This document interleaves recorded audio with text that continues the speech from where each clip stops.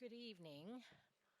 Welcome to the Miller Theater for our in-person talk with a frequent guest and a good friend of Asia Society, Parag Khanna, Global Strategist Advisor and founder of Climate Alpha and Future Map. And as I recall, this probably will be at least third or fourth in-person visit for Parag here in Hong Kong, and we're delighted that he has come back, and this time with his family.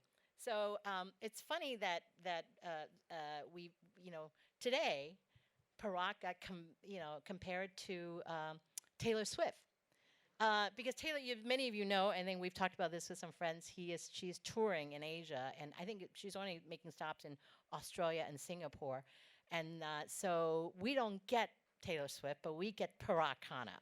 So we're really proud that we have Parag with us in person, live at Asia Society. So I think his children should be very proud, and I think when you do take Azar to Taylor Swift, you're up there with Taylor.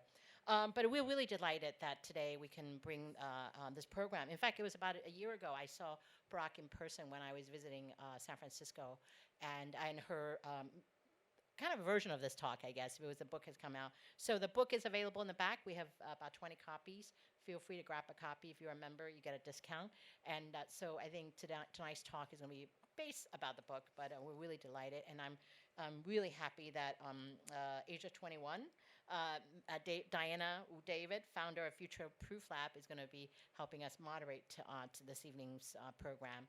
And I welcome all of you. Usually this time of the year, people are gone, but this year, maybe we're suffering a bit of post-COVID. People are still around, and we're going to be bringing some great programs even in July and August. And so we look forward to welcome you all summer long. And also, we have a lot of exciting plans ahead for the fall, and we look forward to having you joining us for the program. We're going to continue probably in the future also some hybrid programs, but I think it's nothing beats an in-person program like tonight. And with that, I'm just going to turn it over to our two speakers and get tonight's program started. And again, book is available in the back, and I'll come back and later on to close the program. So.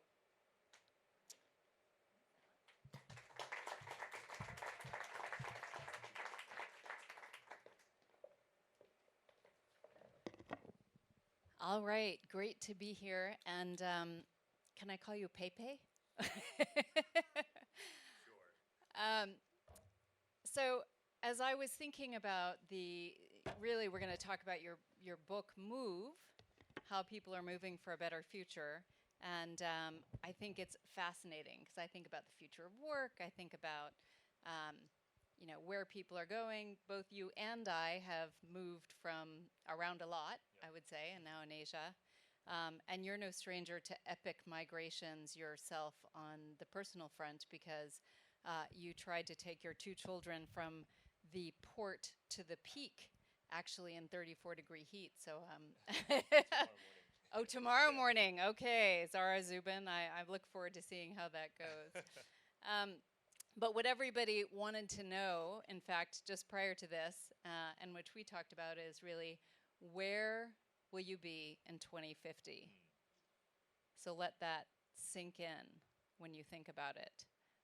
Somebody was saying, I want to know where I should be. Right. So that's the sort of initial premise of your book.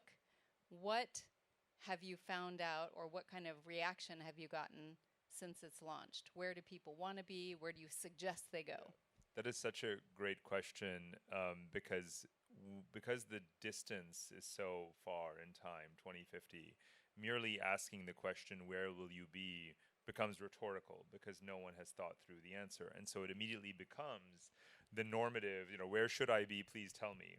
And that's in some ways, like a lot of my writing, it is a blend of the analytical and the prescriptive. And we'll come back to that in a minute. I first want to say thank you, Diana, for being here this evening and for taking time out of your busy schedule. I know you've got three kids who are all still at home until as Who they would sequentially never walk up yeah. to the peak. and to Alice, and of course the Asia Society. This is now, I think, ticking an important box this evening, because this had, I think, been the only room in the Asia Society that I've not had the privilege of speaking in. So now I get to say I've been in the Miller Room and Theater as well. So it's a real pleasure. And of course, the Asia Society is literally pretty intimate to my identity. My first job out of college was at the Council on Foreign Relations in New York on Park Avenue, which is 2 blocks away from the Asia Society. That job was, I took that job right after the India-Pakistan nuclear tests. And so one of the first things that we were doing was a joint study between the CFR and the Asia Society on strategy towards South Asia and nuclear South Asia. And I got to interface with legends like Frank Wisner, who's obviously a former US ambassador to India, who's such an important part of the modern story of the Asia Society as an institution. Done quite a few book launches at the Asia Society, including appropriately my Asia book, which was the previous one a couple of years ago. Had the New York Museum's schedule socially not been so overbooked, in 2007, 2008, my wife and I would have had our wedding there. But it's a very popular destination or location for glamorous weddings too.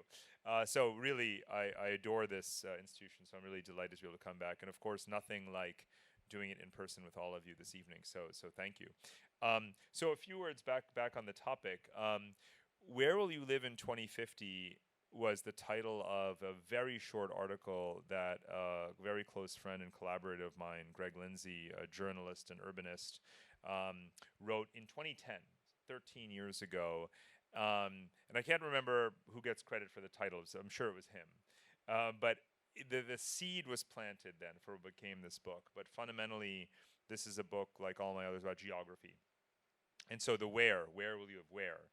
And it's not that people take where for granted, it's just that they take the definition of geography for granted. Geography, when I say geography, you think of natural geography, you think of the earth, and you're not wrong.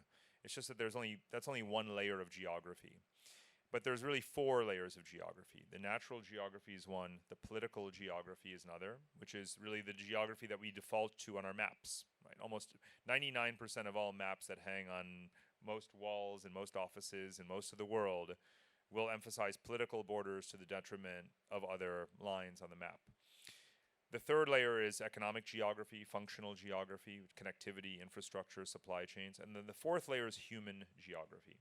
So this book is explicitly, it's an itch I wanted to scratch for the longest time, is human geography. Now, human geography is a subject unto itself. It's not an obscure niche of geography. It is in America, it's the fastest growing AP course, for example. 200,000-300,000 American kids take AP Human Geography.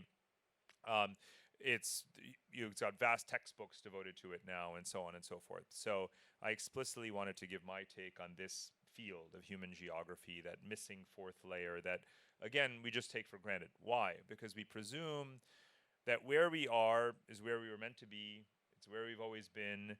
Why should it change? We belong in these, notionally natural ethnographic communities. And sure, lots of people are not necessarily happy within those constructs and confines. And, the percentage of the human population, however, who are migrants is still a relatively small percentage, travelers for the privileged and so on and so forth. And I wanted to contest pretty much all of that and say, well, if you go back, 100,000 years, migration has continuously increased and ballooned in volume. Yes, as a percentage of the human population, which is of course quadrupled in the past century, it remains constant, but the absolute number is staggering. But most importantly, the causes of migration, if you go back 100,000 years, whether it is wars, genocides, expulsions, whether it is climate change, whether it is demographic imbalances, I mean the gap between old and young and shortages in labor markets, whether it is the search for a better life, economic opportunity, you name it. Pick anything that has ever caused migration ever in all of human history and juice it all up with steroids, and that's today.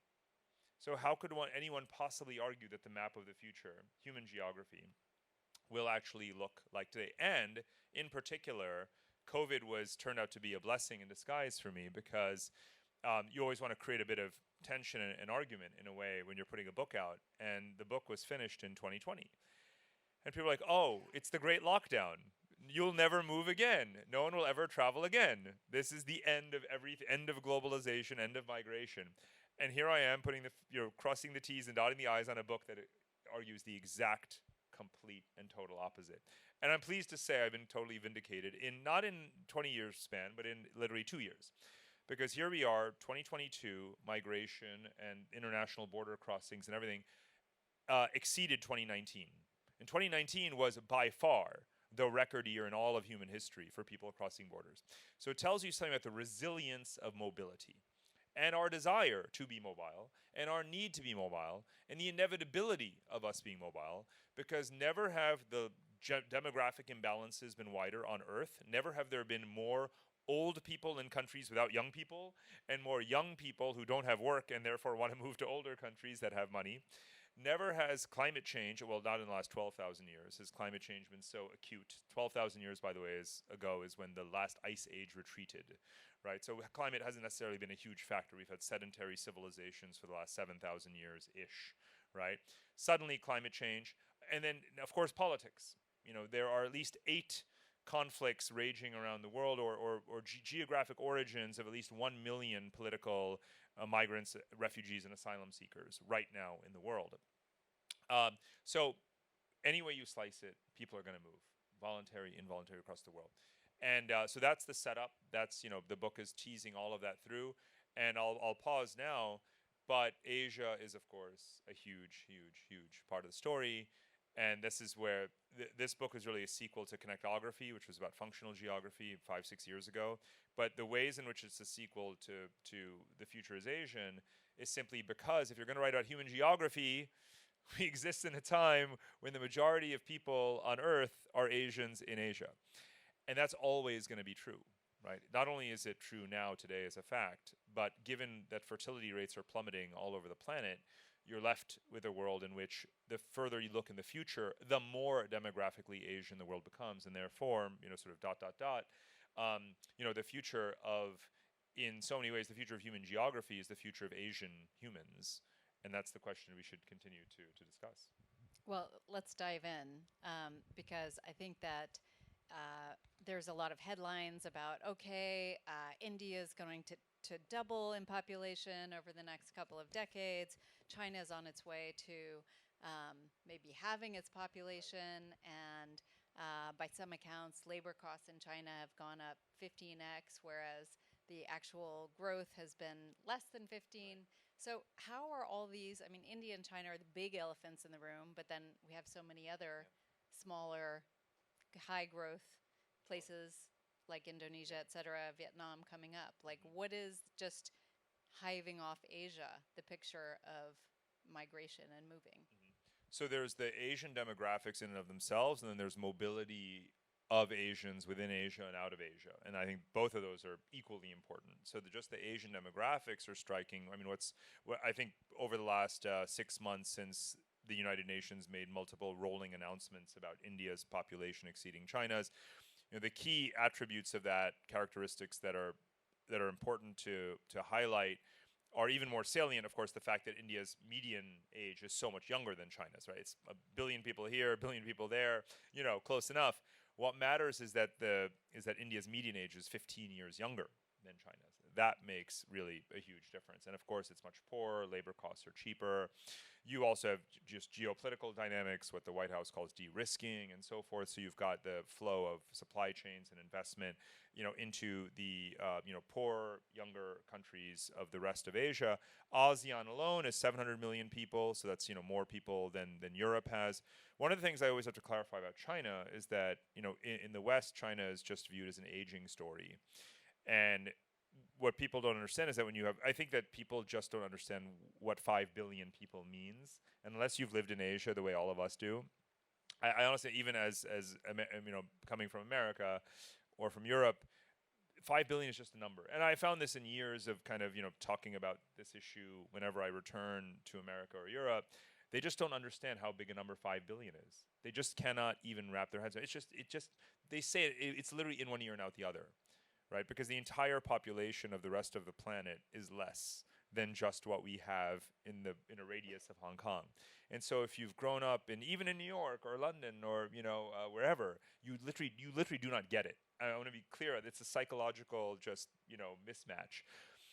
And so the reason this is important as a backdrop is that people look at China and say it's an aging story. It's like, hold on.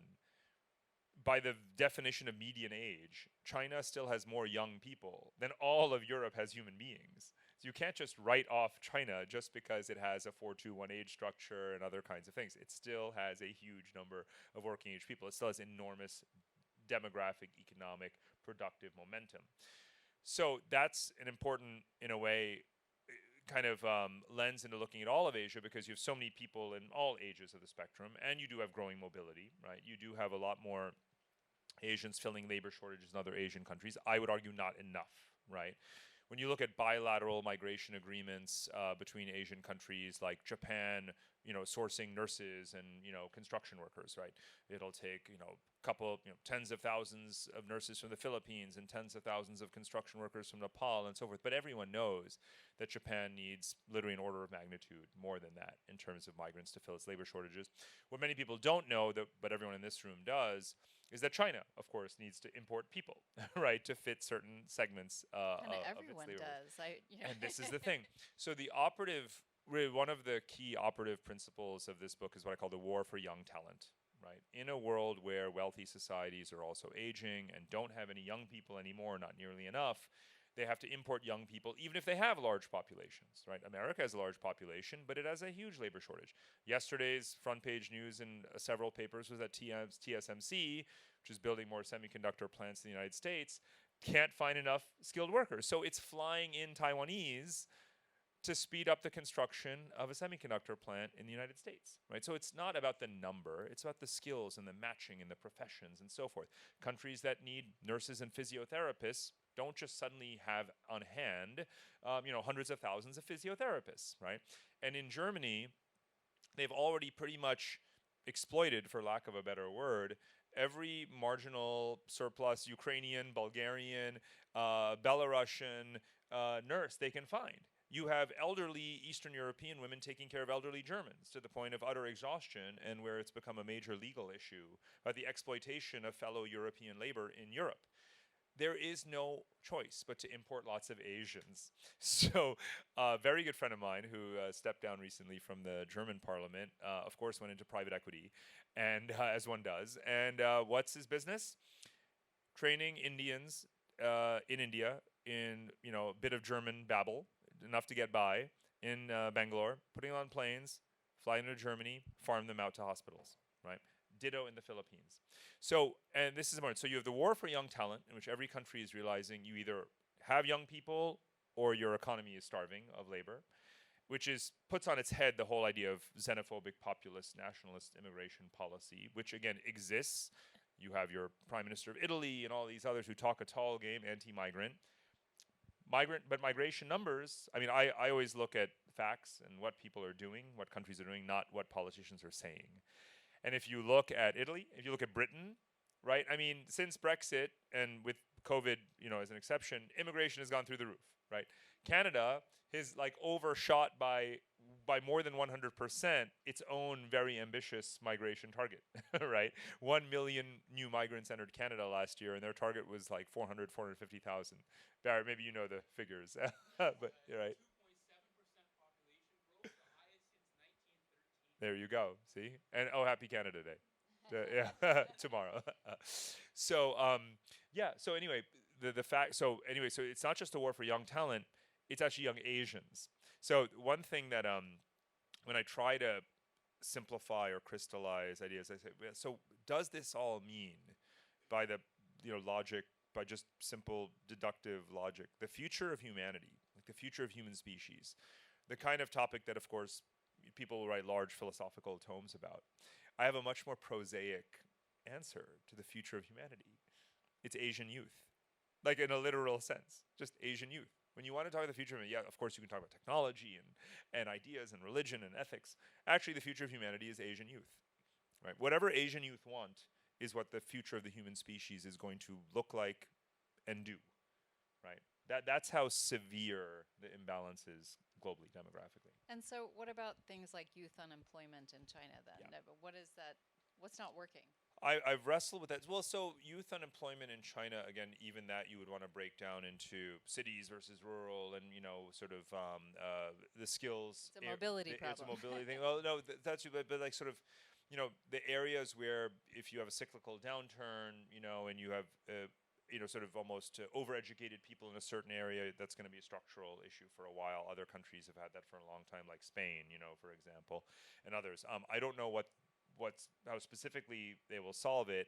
I would simply attribute to China a greater capacity to redistribute labor and to compensate it and to retrain it to and so forth than other countries, right, where structural becomes systemic, right?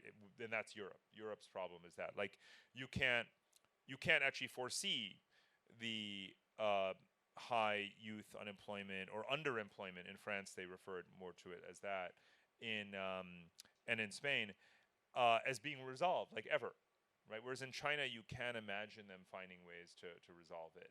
So I'm not sure exactly what people do. I toy with this in the book, where I talk about those who are less educated than the ones you're talking about, kind of being, again, redistributed nationally around large infrastructure projects and other kinds of things. Obviously, the services sector, especially around elderly care and so forth, is going to require a lot more workers. So just forcing people to do the things that they may not have been educated to do, but that society needs, and then obviously finding the right language and campaigns to make those the patriotic duty, and so on and so forth.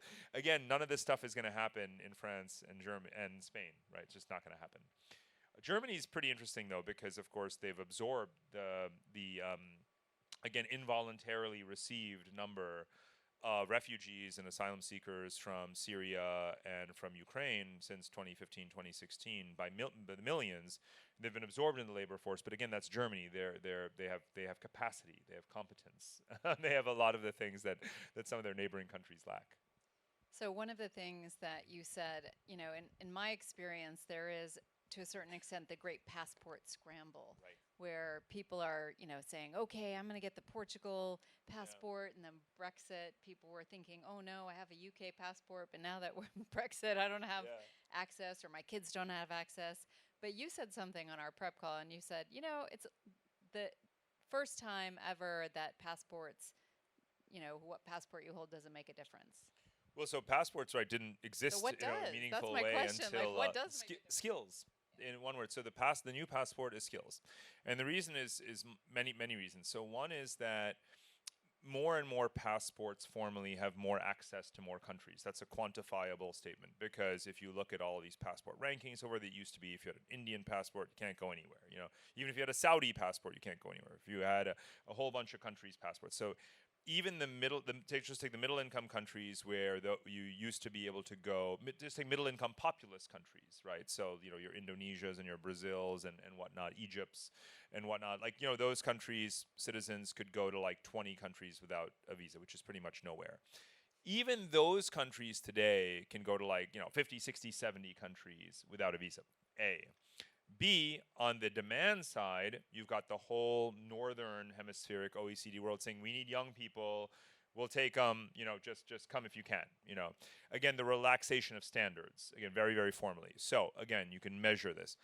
You used to need to pay, if you were from a South Asian country and you wanted to migrate to Britain, you'd have to pay a security bond, money that you did not have, right? To be clear, your family could not afford. It was a deterrent, right? These rules.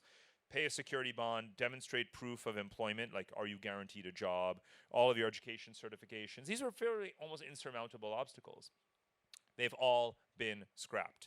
Not because Prime Minister Modi flew to Britain and demanded it, because Britain has labor shortages, right? They're just like, you know what, to hell with that requirement, forget it, waive it, forget it, right? Then there's the competition among countries, and then there's the COVID effect, where we accelerated the digitization of applying to migrate to places, right? When I first went to Vietnam as like a backpacker, I don't know how many decades ago, I remember going to an embassy and waiting online, and I paid like $300 for like a fast track thing, and this was a long time ago. That was a lot of money. Who needs a visa to go to Vietnam? Like, most young people alive today can't even imagine needing to get a visa for anywhere. So the new passport is skills.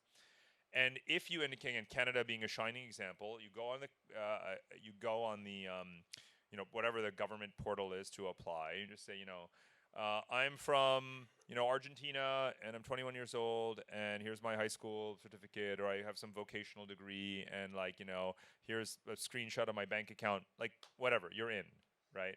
And if you're young, I write about this in the book. It's like it's super ageist, but in like a reverse ageism. So young people get way more points than old people. So when I went through the Canadian thing just for my research, and I got like I don't know like 12 points. Like what? Like that's kind of but so I'm like Everybody in this room is going to do it after yeah, this. I yeah, can yeah, tell. go try it out. I was like, oh, because I'm over 40, and whereas if you're 20, you get double the points right away. So they want young people. And that's very intelligent because, as we know, no matter what populist politicians say, there. I mean, how many studies have been published on this? Young migrants don't mooch off the system for decades. They contribute in massively, right? Both in labor and as taxpayers, well before they ever draw upon the system because they're healthy, right? And they're savers and they're consumers. So you can't talk to and so the policymakers, the real policymakers, the not the grifting politicians who run most anglophone countries these days, the people who make the policy know better. They know they're complete. So again, Brexit happened and COVID happened, and Britain didn't have nurses for the NHS. It didn't have people to pick apples in the orchards, so they flew them in from Uzbekistan, right? So I've got Uzbek friends who were telling me about this. They're like, plane loads of Uzbeks are flying to London and going and getting paid like wads of cash in British pounds to go spend a week picking apples, and then they fly home because no Brit wanted to go pick apples, right? But meanwhile, Liz Truss, who you may remember for the 4 minutes that she was Prime Minister of the UK, right? One of her campaign things, she went up on stage, she's like, British apples. Do you guys remember this? This became this hideous meme on social media. So that's how forgettable she was. But she was like, but we have to revive the British economy. British apple. She brought an apple on stage. None of you remember this? You don't need to follow politics to have seen this. This was just so bad by the standards of any political trope. But who picked those apples to revive the British economy? It was like, Uzbeks, right? So there's no way around the need. There's no way around the demand. So whatever skill, if you can name what that skill is, right, there's a country that wants you. And this is why I'm actually ultimately hopeful, because there's never been a better time to be young, because there's lots of rich old countries that are desperate for young people. And if you have some skill, some country wants you. And if you want to get out of that country that you're in, there is a way, right? There's a subset of people, which is the exact opposite of the spectrum that you were initially talking about, which is, of course, those who are trapped. And as a student of geography, I'm very mindful. And I do this kind of very simple back of the envelope arithmetic in the beginning of the book. I'm like, there are 4 billion people who are never going to leave the country, maybe even 5 billion people who will never, ever, ever leave. They are trapped, and I feel really sorry for them, potentially, unless they're happy where they are. And it's most of the population of South America, and it's most of the population of Africa, and it's many Indians in India, and many Indonesians in Indonesia, and many Egyptians in Egypt. They will literally never, ever leave their country. And things are not going so great in many of those countries.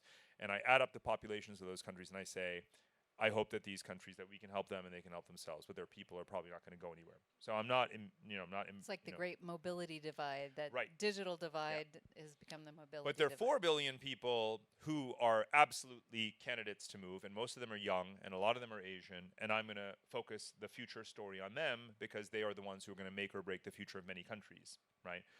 As they vote with their feet, they determine the winners and losers, right? So I came up with a very simple binary conclusion in this book. If your country is attracting young people, you will be fine in the future. You will solve whatever problem is thrown your way, right? If your country is losing young people, you are finished. End of story. Full stop. Because unlike any other period of time in the last, say, 300 years, when every generation was succeeded by a larger generation, that's not happening anymore. That has stopped, right? The human species has stopped reproducing at the rate that it used to. And therefore you literally cannot say that it's okay if we are exporting people, we're just producing more babies, because you're not. There's only one country in the world that exports a lot of people and still has a lot of people, and that's India. The only exception, the only gravity-defying demographic. But if you're not India and you're losing people, you really need to start thinking really hard about your economic model. Thank God for AI. Yeah. I could ask you, and do have about 6 more questions, but I want to open it up to people from the audience because this is an opportunity for you to ask any questions that might be on your mind. Okay. Do we have a microphone so I don't have to dive headlong off the stage? Jason. So Japan comes to mind when you talk about an older population and being desperate for young people, but at the same time, not very open to immigration. Like, but it's also a huge and important economy. So, Yeah. like, where does that fit into your whole idea of how this is changing the world? It's that Japan is changing, but not enough. So the latest data, this is reported in the Nikkei just last week. They made a front page story out of it. There's 2.7 million foreign workers in Japan. So basically, in the whatever the 7,000 years of recorded Japanese history, there've never been 2.7 million non-Japanese people on the islands of Japan. There are today, right now, as we speak. So there's some progress, obviously. They didn't get there by accident. It's hard to get to Japan by accident, right? So they're there for a reason, and they're documented, they're codified, they're working in the economy. Japan needs them and wants them. It's just that they need 5, 10 million, right, probably. And I don't know if it'll get to that. I know the politicians and the businesses and the efforts that are being made to rewrite certain legislation and to change certain policies and rules and regulations to enable more inbound migrants, whether it's at every level, literally at every single level. It's the nurses and the construction workers, and it's the technology and finance and everything. So, and it's a very attractive place to be, a very livable place. So I think that even if it's still a drop in the bucket, other than wards of Tokyo where you see tons and tons of foreigners that feel very cosmopolitan, but you're starting to see. I mean, I actually have the data in the book. Every single prefecture, believe it or not, of Japan has a growing foreign population, even ones that none of us could name. So it's happening, and this is all part of the kind of the crude word I use in the book a lot is mongrelization. And every society is becoming kind of just more diluted than it ever thought it would be, faster than it ever thought it would be. And that may well eventually even happen to Japan. You would have to look pretty far into the future, but in a nation. But here's the thing: there's nothing so teleological that even if it's the right thing for Japan to do because it needs to do it from an economic standpoint and otherwise, that doesn't mean it will. Lots of countries also make mistakes or don't do things well enough. So, I mean, Russia. I can't save Russia from demographic implosion, right? It's been happening literally for decades and decades, and it's accelerated since the collapse of the Soviet Union. It's accelerated due to everything they've done wrong in the last 30 years, which is an astounding amount, right? From alcoholism to invading Ukraine, right? And now losing capable young men who are escaping conscription. Not every country is going to do it right. Like I said, there's a very binary situation here. I know what the winning countries are doing, and I know what the losing countries are doing. Japan is not way over here on the winning side like Canada, right? Canada's here, and there's some other countries that are here. Japan's, like somewhere close in the middle. So I can't guarantee that they'll do enough, enact enough reforms, and attract enough migrants and assimilate them. It's not just, oh wow, they're here. You have to assimilate them, right? And this is a huge thematic that I've lived through in many different places. Many of you have as well. But there's a point. The number, getting them in is the easy part, right? The assimilation policy, which is itself, by the way, I think it's a separate topic, but it's a huge part of the future definition of what is the economy. What do we do? What do we pay people for? What do we value, right? Because training people to be productive members of your society and feel and make it their home is itself the economy. It's almost needs to be part of the purpose, not just a sunk cost that the public sector has to pay in order to subsidize a kind of a humanitarian objective of bringing in foreigners. No, it has to be much more than that, right? So integration and assimilation is itself a major economic value add, and that's actually very true. But making that leap, even from the empirical side into policy and the narrative in politics wow, most countries are a long way away. Again, only Canada, they explicitly say it, they do it, the people believe it. It actually should follow that logic, but most countries don't have rational, political systems. So, thank you, Parag. Um, so I wanted to ask you how you see, AI, robotics, autonomous technology in terms of displacing jobs and therefore in terms of migration flows. To what extent would that, kind of disrupt the kind of historical trends that you've laid out? Absolutely. Well, it wouldn't. It's part of them. So one of the things I look at is labor migration in the 20th century, which is so whether it's the search for economic opportunity internationally or labor migration with new industrial diversification domestically, that accounts for most human migration in the 20th century, even in the same century that had World War II and the partition of India and Pakistan and the Chinese Civil War. That same century, way more migration was actually just people searching for a better life, and that's a good thing. And a lot of that does relate to technology as well. And so, but now more broadly, I would say there's like the positive technological externalities and like the negative.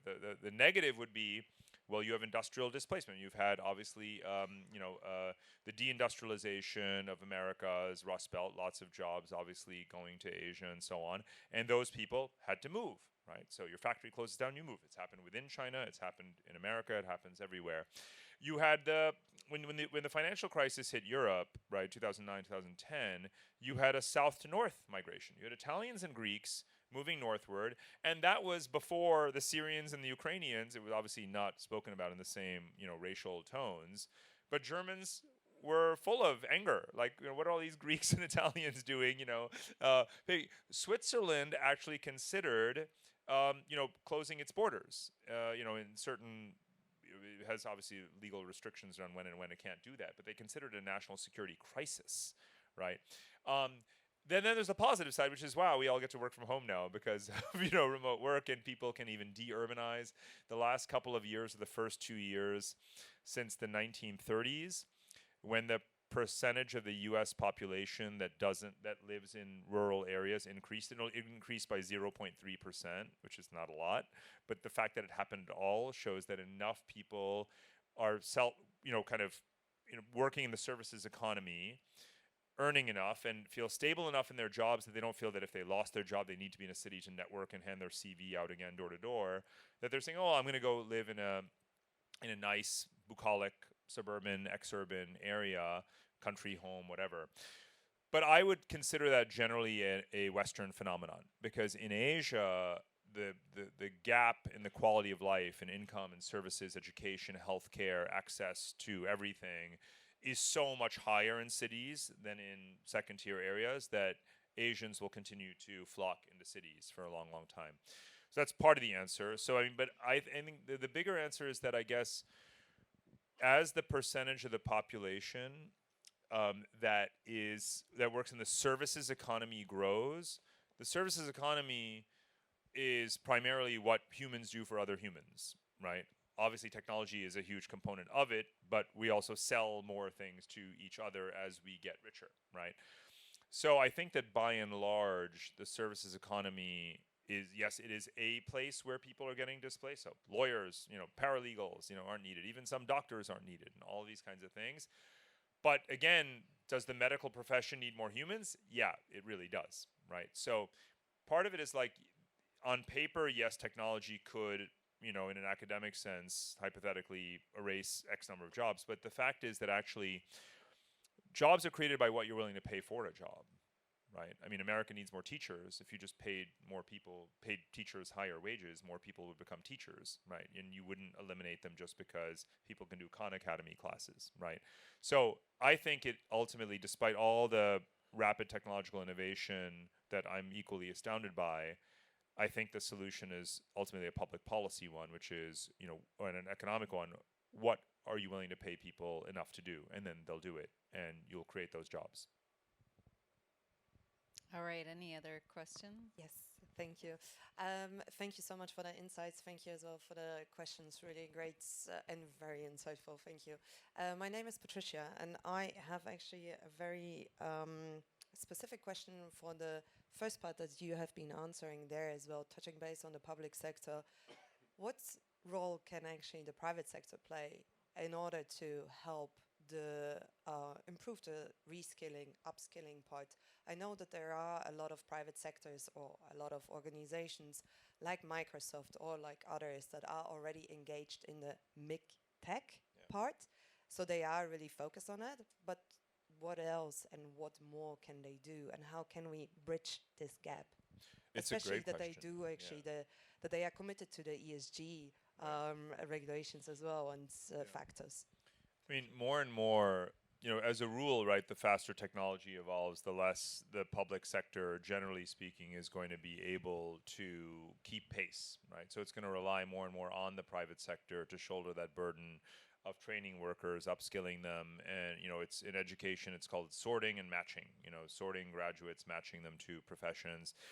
I call this economic master planning. The term master planning generally applies to like urban studies and architecture and so forth, but really there's an economic master plan that countries have to have, in which you think a few years ahead in technology. You think about what you want your foundational industries to be in your economy. You think about what skills the workers presently have and what they're being trained for in the educational system. You think about which companies can create jobs in those high-tech areas where the wages are going to be higher, and can they train them if the educational system is not doing so, or do so in partnership with the educational system. Now, please count how many countries really have a genuine economic master plan that they execute relentlessly day in and day out, and ensure that their pipeline of workers and students are even changing their training and what they're being trained for midstream to prepare for the industries that are going to be ready to hire workers 3-4 years from now. You could count them on one hand, right? In fact, if I amputated a finger, you could still count it on one hand, right? And it's places like Korea, it's places like Switzerland. Very, very few countries have a viable, dynamic, evolving economic master plan. Almost every other place is way behind. And so the private sector is crucial because it's not just what they do in one country. You can there's like a Starbucks Academy and a McDonald's Academy and a Microsoft Academy, and in America in particular, because vocational training is so underemphasized, every big corporate just assumes that employees are coming in without the requisite skills to do the job, right? I don't know, say 3 out of 10 are qualified already, sort of on day one to do their job. So the in-house, training is happening relentlessly. And if that's the American way, that's the American way. That's the way they're going to solve the problem. In other countries, there'll be a lot more public sector involvement, public-private partnerships, and so on. But every country's got to sort it out for themselves. But what they first and foremost have to do is to figure out, what is my country's role in the global division of labor, in global supply chains, in global industries? What is our geography meant for? What are our people going to do? What is their contribution to the global economy? And literally starting from that massive abstraction, reverse engineer the answers to those questions. And if you can't do it, you're going to have a lot of unemployed young people in your country. All right. Who are going to leave if they can.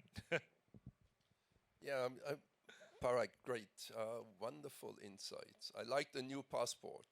So skills is the new passport.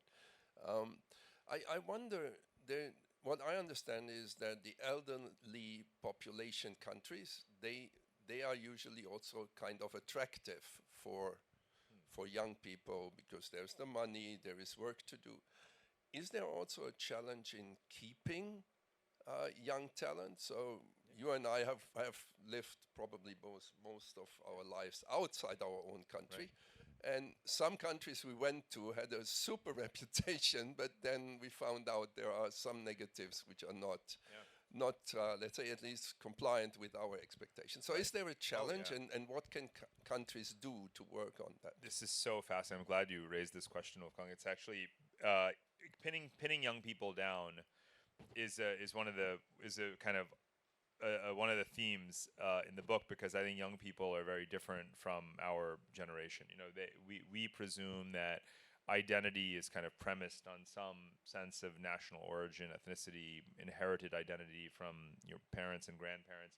And young people think more horizontally about their identity. So, what is my tribe, my community, people who think like me? It doesn't matter where they're from, right? And I'm not just making this up because I have cosmopolitan inclinations. Like, sociological research and surveys bear this out very, very clearly. It's not just a third culture kid thing. It's not just an expat thing. It's literally everywhere. And so this becomes an issue because young countries right now that are hot in terms of attracting talent, they just presume that well, we're having our moment, and not just the moment, people are going to stay. And I've had these conversations with any number of governments where they say, well, how do we turn these digital nomads into investors, right? Can we get them to buy real estate and so on? I'm like, no, they're not going to do it. Young people don't want to own real estate, right? They don't think of their future as being pinned down to one place. Even if you think that they've found the perfect place and they think they've found the perfect place, there's still a voice inside their head saying, well, there's lots of other places that might be just as good. Why would I, my meager savings, why would I commit it to this place? Young people want access. They don't want ownership. They'd rather spend on access, right? Membership to, or multiple golden visas, right? Invest that money in a golden visa scheme here, there, and 8 other places. Your scramble terminology covers not just buying a passport, but just buying access, right? So I know many hundreds of people that I've surveyed and spoken to who will never invest in real estate anytime soon, right? And again, it's not just a matter of waiting for them to mature and become like old folks. It has to do with the fact that they don't have children. Young people don't have children, so if they don't have children, then the main reason why people in the baby boomer Gen X generation ever settle down, like stable employment was one reason. Well, there is no more stable employment. Having children, well, they're not having children. And loyalty, national loyalty, but that's gone too. So everything that caused people in the boomer generation and Gen X to ever settle down in one place, those deep like anthropological factors and ethnic factors and social factors and political factors and economic factors and demographic factors. Every single one of them that we take for granted, we just assume. If I wasn't talking about this, we'd be saying, yeah, of course, young people, this is what they do. Everyone's rebellious, and then they get older, and then they settle down, and they get a job, and they buy a house, and they have a mortgage, and they have children. We'd assume that this is like the arc of like demographic life. It only ever was for a very select like kind of period of time, right? But that's gone. It's gone. It's over. It's not like a future prediction. It's already over. So you can't get young people. So the young people, even if you have the best digital nomad scheme, like look at Portugal. Portugal right now, which you mentioned earlier, Portugal, people are like, I'm done with Portugal, right? Because they actually ended part of the scheme, and then the geographies that were designated for real estate investment have like been filled out, and now Greece is like the new Portugal. So it's like, see ya Portugal, I'm off to Greece. Look at Dubai, it's gangbusters. Bali, I'll go to Bali for a while. Go to Tbilisi, Georgia, which is the city in the country in the world that's had the most dramatic turnaround that I've seen in the last 25 years. It's like, backpacker English is the lingua franca of Tbilisi, Georgia, right? So young people are just going to keep on doing this. And then the few that have children, if any of them do, will move to Berlin or Helsinki. And what I've noticed about Berlin and Helsinki is that these are 2 cities in particular that have figured out that if a millennial has any kids at all, and they'll only just have 1, they'll never have 2, that's when they decide that they need to be in a place where at least someone has a kid, so their kid has someone to play with. And so, and I'm not making this up because I'm not in this business anymore of like, it's more that you can literally look at the cities in the world, and actually you'll love this. In Berlin they call it the Kita index. Kita is German for kindergarten, for like daycare. So you can count whether or not the number of kitas is growing or shrinking. And in most places it's shrinking, but in Berlin it's growing, and in Helsinki it's growing because and you can literally see the Finnish government. The government of Finland is taking ads out in English in magazines all over the world saying, raise your young family in Helsinki. Come and do your digital nomad thing here. We want the really smart software engineering, jet set with a kid, good income, civilized, right? That's what they want. They're targeting exactly that. So you'll have these like melting pots of millennials that have exactly one kid. Well, I think that the private sector opportunity that I'm seeing is, you may not be from, American and stay there, et cetera, but you're still going to be traveling around the world and say, oh, I have this brand affiliation. I went to Harvard or I went to HKUST. Like, it travels with you, it confers access, or maybe you're an alumni of a prestigious firm, and so firms starting to say, oh, actually, like, we can be part of your story, and we can be part of the story after you leave as well. I'm It's seeing, by the way, fascinating. this is a hot business, not just relocation, but basically replicating the experience. So there's these companies that have bought up whole bunches of properties, and you could almost call them districts of towns in Portugal. And then they advertise a lot, and young families move there, and then they provide the schooling, and then the housing, and then the digital amenities and lifestyle. And then after 6 months, you can actually move to their other location, which happens to be right near Florence. And after that, you can move to their next location, which is in Bali. And you can literally just move around this set of lifestyle communities for digital nomads with or without kids, right? In a way. You could pretty much do that forever. Yeah, they're doing it for older people too, thank goodness. Yeah. It's not all about the young. Another question right in the back? Oh, I'm sorry. Did you have a question, Barrett? Sorry. I do, thank you. I've got to ask how this change in human geography, how do you think it might affect political geography? And since you brought up Canada, right, Canada's population hit 40 million, which, okay, it's a growing country, but if climate-induced migration moves 10% of the U.S. population into Canada, we got 35 million new Canadians. Is Canada really Canada still, or are we just the 51st state? Right, that's just one example of how climate-induced migration might change political geography. I'm interested in your thoughts on. Well, there's two. Let's start with the negative cases. It's something I talk about at the end of the book. It's a concept that doesn't yet exist in international law called vacant states. So the definition, the legal definition of a state, is that you must have a recognized boundaries and a permanent resident population. And I foresee that there'll be territories in the world where people have just vacated fully, right, because they're unlivable. Take Yemen or Eritrea or various other countries that literally there's no water. Like, that's it.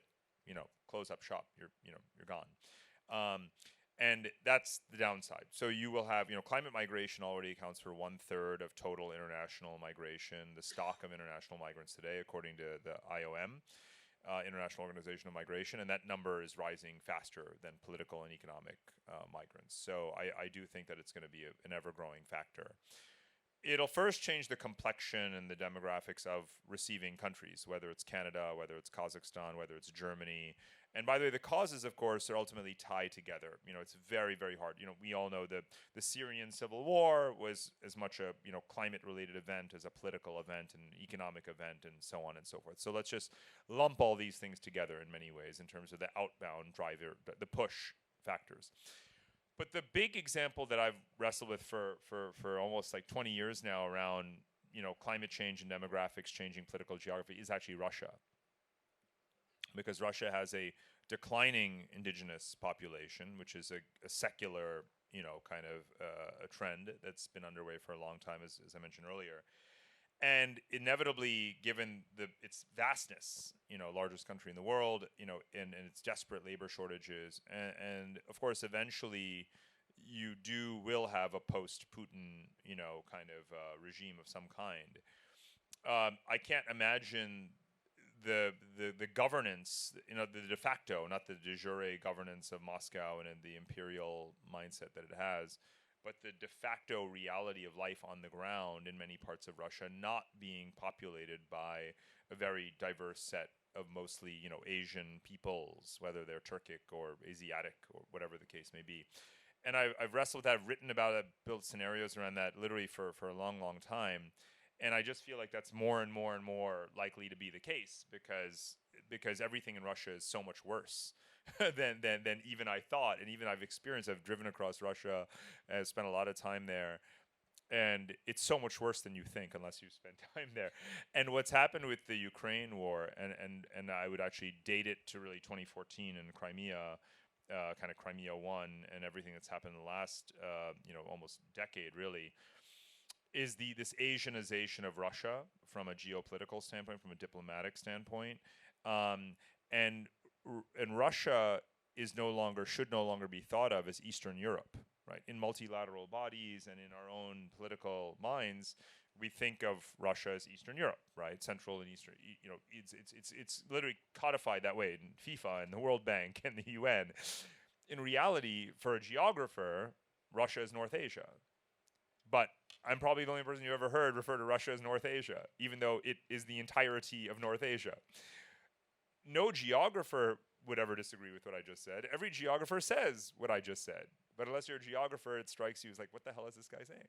But in fact, Russia is North Asia, and Russia is going to have an Asia Society chapter, I'm sure, in some years in the near future. Because it is so utterly inevitable that in the 21st century, one of the big psychogeographic shifts is going to be understanding that Russia is basically an Asian country with obviously European Slavic population concentrated in that quadrant of the country. But climate is going to play a huge part of that. And prior to COVID and now subsequently, Russia's warm relations with China, with India, and so forth continue.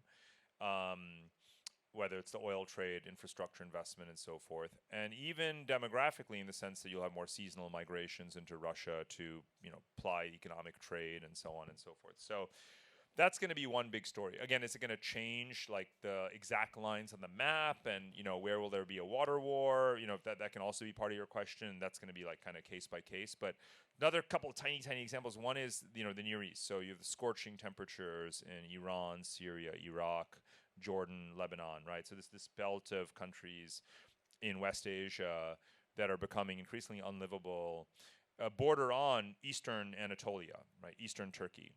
And that region is immensely livable and verdant. And I've spent a lot of time there also, and there's a section of the book talking about it. I'm like, I cannot imagine that you will not have, which the population is almost vacant, right? Eastern Turkey has almost no people, even though it's like perfectly livable and fertile. All the Turks have moved west, and I've witnessed this over 20 years of visiting that part of Eastern Turkey. I can't imagine that if you think about the climate future, right? I'm not saying that borders won't exist; they do, right? But Turkey already is home to the largest number of political migrants, refugees of any country in the world already today. I can't imagine a future in which there aren't 50 million, 50 at least, Iranians and Syrians and Iraqis and Jordanians and Lebanese and others in that geography that today on a map is the sovereign geography of the Republic of Turkey. And it may still be the sovereign geography of the Republic of Turkey. It's just that the people there aren't Turkish, right? And I say the same thing in the book about Bulgaria. Bulgaria is like a mini Russia, like everyone's leaving, right? But Bulgaria is only like 5 million people, and in the future there'll be 4 million, and then 3 million, and then 2 million. But if you've ever been to Bulgaria, well, it's a spectacularly beautiful, arable country, right? It's got forests, it's got rivers, it's got the Danube. It's like, why would you not want to? So Bulgaria, the future of Bulgaria, I don't know what it'll be called on a map. I just know that the vast majority of people who live in that territory, in those latitude and longitude coordinates presently known as Bulgaria, in 2050, they're just not going to be Bulgarian. But there'll be plenty of people there because we will resort ourselves into livable, sustainable geographies because we have a fight or flight instinct, and you don't want to fight climate change, right? You will flee climate change, and you'll wind up in those livable places. And so, Canada is just one of those places that I call a climate oasis.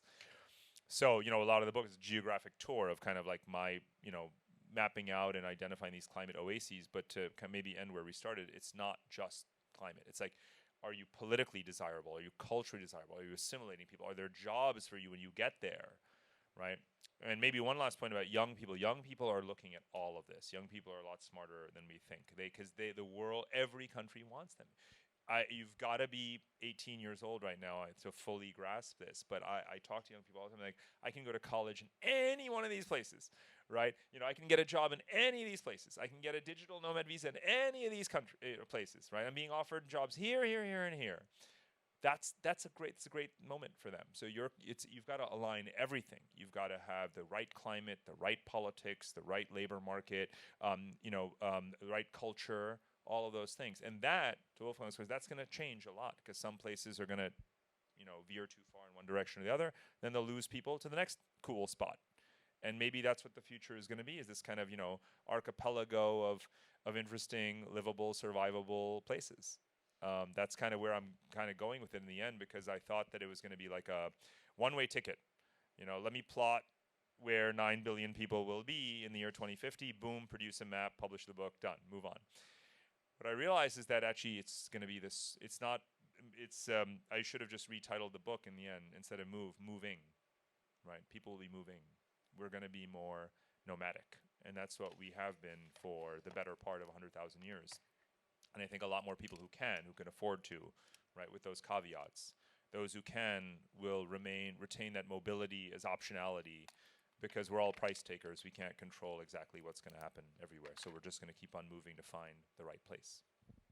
It's hard to imagine, as you said, it's hard to imagine 5 billion people. It's hard to imagine where we'll live in 2050. But if I look back and think about Russia, my first job was working for Henry Kissinger. And I still remember 30 years ago answering the phone and CNN said, the Soviet Union has just collapsed. We need a quote. Not for me, obviously, but it's amazing all the history and all the change that we've seen and witnessed in that time. Do we have time for one more question, Alice? Sorry, we have here. Yep. Hi, thank you very much, Parag. I was going to ask something similar about climate change, but basically I think two things. One, what you said about Russia I think is very interesting, because I think there should be more work done looking at the Eurasia phenomenon, right? The concept of Eurasia. I don't think enough is being done to study that. There are quite a number of scholars in Eastern Europe that are doing it, but I think not enough in the West. Secondly, I think you're right when you say it becomes a public policy issue, and you've already named many of the different areas where there would have to be significant public policy reforms or changes or innovations in order for countries to shift to that idea of becoming more welcoming. I mean, Canada, I think to some extent, I'm a Canadian bureaucrat on leave, so I'm heartened when you praise us as winners, and maybe it makes me think that the bureaucracy is actually doing a decent job, maybe.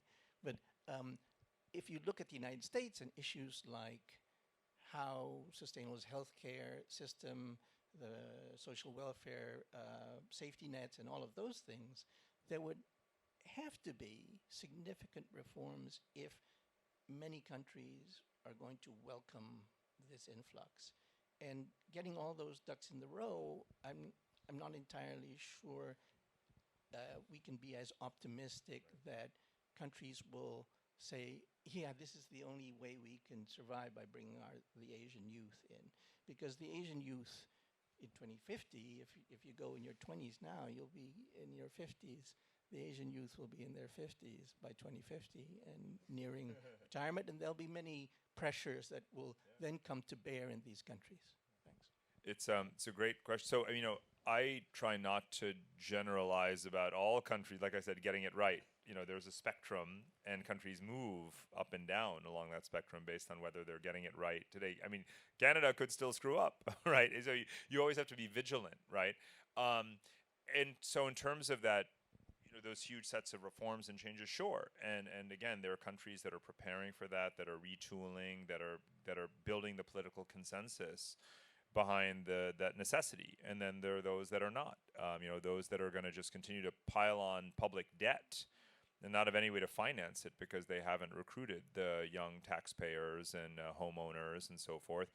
And then they're going to have to raise taxes in some way. Their taxes are already high. You cannot square the circle ultimately without opening borders, right, quote unquote, more, but doing so in a strategic, controlled, way. And so again, I don't think that most countries are necessarily going to get it right. I can only name, like I said, just like I can only name a few countries that have what I think is a really good, solid, smart, proactive immigration strategy. I can only name a few countries that have a really solid, economic master plan. That's because there only are a few. out of 200 countries. So in terms of you're tallying up just countries, then I'm no more optimistic than you are. What I am a believer in is demonstration effects, right? That next country on the horizon that's getting its act together and looking around the world and saying, what do I want to be like? Who am I going to learn from? Right? That's a huge part of my professional work, is going to these countries and trying to help them figure out what their next step is. And I see a lot of hope there, because they're saying, do I want to be like Italy? Do I want to be like Hungary? You know, where I'm scaring away pretty much all my young talent? Or do I want to be like Canada? Do I want to be like Singapore? You know what I mean? And so that's what I'm seeing. It's not the countries that are making the headlines at all right now or ever, but they're the ones that are very significant, and they're looking around the world. They view the world just like young people do, almost as like a menu of policy options to choose from. What educational model do I want? You know, where am I going to train my civil servants? How do I have an efficient healthcare system? How to do pension policy? All of these kinds of things, right? That's the real work of governance, day in, day out, all the time. Not, you know, is it Trump or DeSantis in Florida? Like, you know, I spend all my time traveling in emerging markets, and no one ever cares, ever about that. All they want to know is, can I copy Singapore's, you know, urban, you know, sort of public housing policy and stuff like that, the nuts and the bolts. That's what gives me hope, right? It's the bureaucrats, it's the public servants, the civil servants who are out there trying to fix make next year better than the year before, to make themselves make their country, their society a better version of themselves incrementally over time, and viewing the world as a menu of options and picking the smart ones, not the dumb ones. Well, let's end on hope then. Thank you so much, Parag. It's so interesting to hear a little snippet of your book. I feel like we could go on for days. It's such a big topic and so interesting, and it affects all of us. So thank you so much for coming to Asia Society Hong Thank you, Kong. everyone. And I'm sure that we'd be happy to have you do your recommitment ceremony in the Hong Kong Asia Society. Thank you all for coming, and thank you, Parag and Diana. Thank you. In fact, I think, Diana, this might be a good book for our book club. Yes, we're in the same book club, and we're always looking for interesting books to read, and I think this might be it. But thank you all for being here.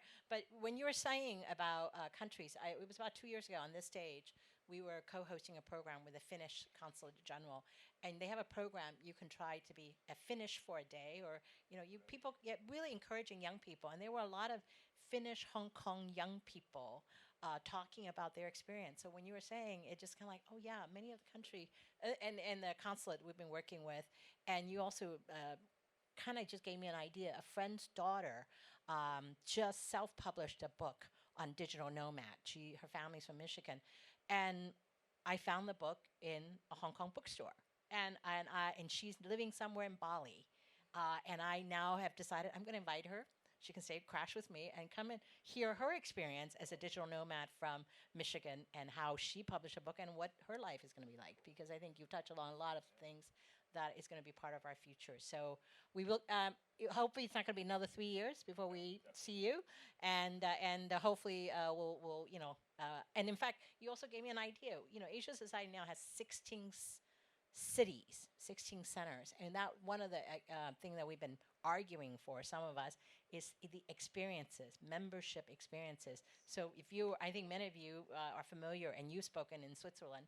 If you're here and you're going to Switzerland, you're also an Asia Society member, and you can experience that. So we've been arguing for that model, and hopefully with your book, we're going to make that a reality, a truly global Asia Society passport membership. That's what we're going to aim for. So thank you all for being here, and the program is not over. We're going to have drinks in LQW room. There are still books for sale. Grab Parag to sign the book and have further discussion. I know it's Friday night, but you have nowhere better else to go than right here, and grab a drink and enjoy the Friday evening with us. So thank you all for being here, and thank you both for a wonderful program. Thank you, Alex. Thank you.